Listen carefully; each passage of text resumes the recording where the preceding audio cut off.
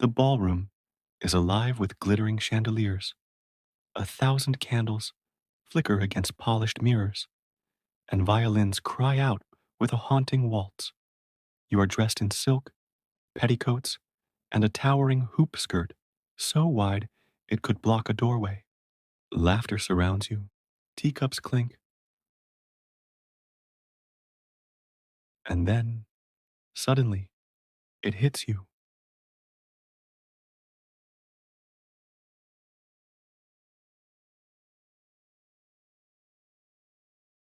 This is the hidden horror of Victorian womanhood. Beneath the grandeur of gowns and the rigid discipline of corsets lay a reality most history books conveniently ignore. The Victorian woman lived inside a cage of fabric, and when the body demanded relief, she faced a labyrinth of humiliation and improvisation. For in the early Victorian age, flushing toilets were dreams whispered only by engineers, not realities in noble halls.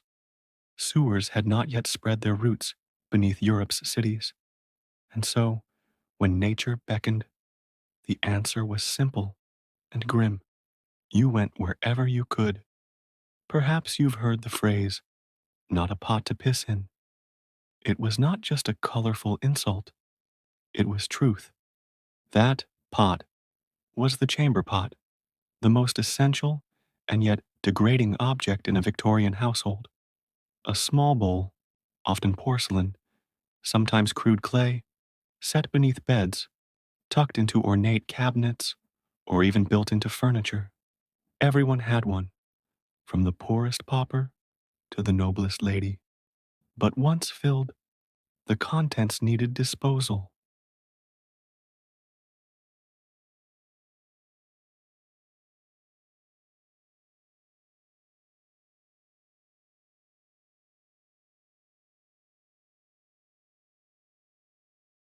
For hidden beneath their gowns was a secret most men of the time pretended not to know.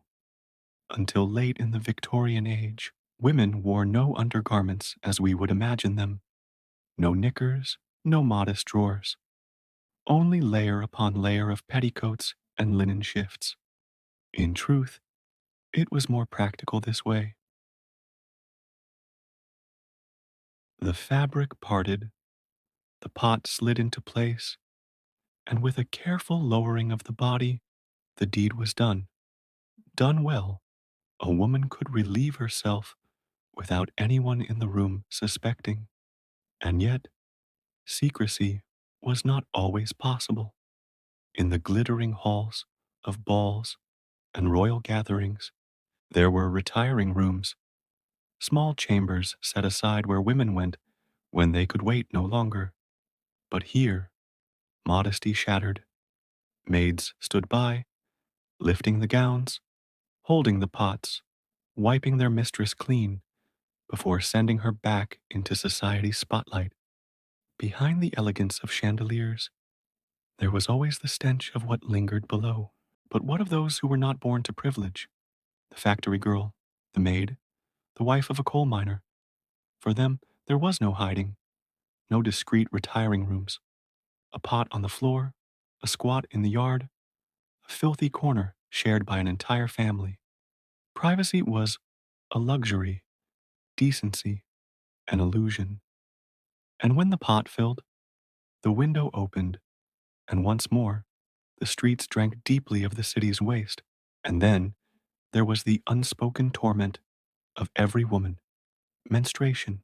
Today, we take for granted that shelves are lined with products designed to absorb, conceal, and comfort.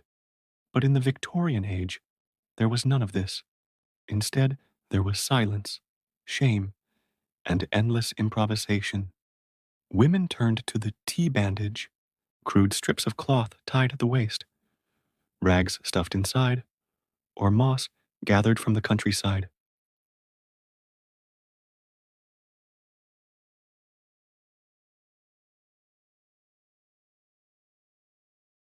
Gracefully, always immaculate, always composed, even as she bled beneath corsets and lace. Pain was hidden behind forced smiles. Stains were hidden beneath extra petticoats, and dignity was hidden beneath layers of silence. But the question lingers: if the world above was perfumed with roses and music, what became of the world below, where streets swam with filth and chamber pots fueled war itself? For there was a time when the very urine of women was collected not as waste, but as a weapon. Yes, you heard that right. During the Napoleonic and English Civil Wars, agents knocked upon doors not to demand taxes, but to demand chamber pots. The liquid within, reeking and yellow, was not discarded. It was transformed. Urine was refined into saltpeter, a vital ingredient for gunpowder. Every chamber pot became a soldier's cartridge, every relieving sigh a contribution to war. Imagine that, the most private act of the human body, fueling the roar of cannons, the blaze of muskets, and the deaths of thousands. But even when war passed, the struggle remained. Life in a Victorian city was not the life of fairy tales and romance novels. It was a battle against dirt, disease, and decay.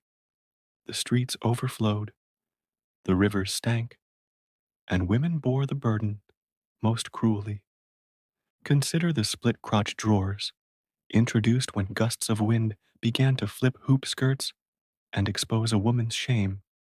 These garments, designed to preserve modesty, were themselves a cruel joke. Two pant legs, open at the most vulnerable place, meant that waste fell freely into chamber pots or the ground. For menstruating women, there was no safety. Rags bled through, cloths leaked, and every step was a risk of humiliation. At grand balls, a lady might disappear into a retiring room, but the poor had no such refuge. They bled into their shifts, their dresses, into moss and straw and old newspaper. They washed what they could in freezing water, scrubbing with harsh soap until their hands cracked and bled. And always, silence. Men did not speak of such things. Women were not permitted to. The suffering was endured in isolation, wrapped in lace and secrecy.